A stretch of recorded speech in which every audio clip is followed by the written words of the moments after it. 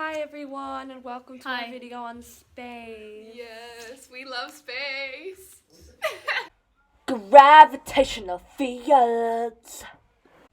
What is a gravitational field? A region where a mass experiences an attractive force because of the presence of another mass. Earth's gravitational field comes from all directions. So if someone were to stand on top, at the bottom, or on the sides of Earth, they would not fall. Gravitational fields is what holds our planets in orbit and keeps them balanced and prevents them from clashing into one another. Wells. No, not those wells, gravitational wells. A gravity well is the pull of gravity that a large body in space exerts. The larger the body, the more mass, the more of a gravity well it has. The sun has a large or deep gravity well. Asteroids and small moons have much shallower gravity wells. For example, the mass of the sun causes space-time to curve so freely, moving objects such as planets and moons follow the straightest possible paths allowed by the curvature of space-time. Circles that were evenly spaced in flat space-time become more widely spaced near the central mass. As you can see, the material is laid out flat, but if we add a mass, it creates a dent or a well. Imagine this were to be a planet or a star. This is how gravitational wells are formed in space. Seasons and seasonal variation. Earth's tilted axis is what causes seasons. Throughout the year, the different parts of the Earth is faced towards the sun. When the northern hemisphere is tilted away from the sun, the day times are shorter.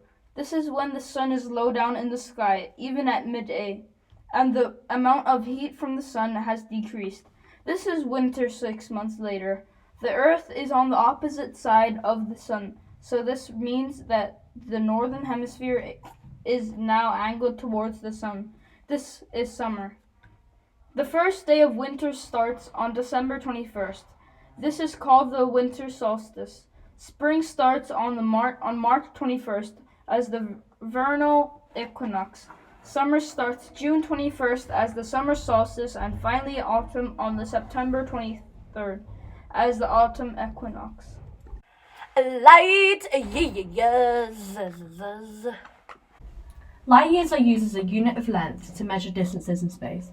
It measures about 9.46 billion kilometers. It doesn't make much sense in the English language because it contains the word year, which is a measurement of time. But still, astronomers use light years because things in space are gigantic. For example, our closest star to Earth, besides the Sun, is about 38 trillion kilometers away. And that's our closest star. There are stars that are billions of times further away. When you talk about distances in space, meters or kilometers just isn't enough. Galaxies. Our galaxy consists of many planets, stars, and asteroids. Different planets are set in different orbits. For example, Mars orbits the Sun in an elliptical orbit. This means that its distance from the Sun varies during its orbit. Our planets are different distances from the Sun. First, it's Mercury, then Venus, Earth, Mars, Jupiter, Saturn, Uranus, and finally Neptune. Stars. How to be a star. Step 1. Brightness. Step 2. Color. Red, orange, yellow, and blue. Step 3. Surface temperature. Our sun is about 5,500 K degrees Celsius. Step 4. Size. The size of the star depends on its mass. Thank you for your attention.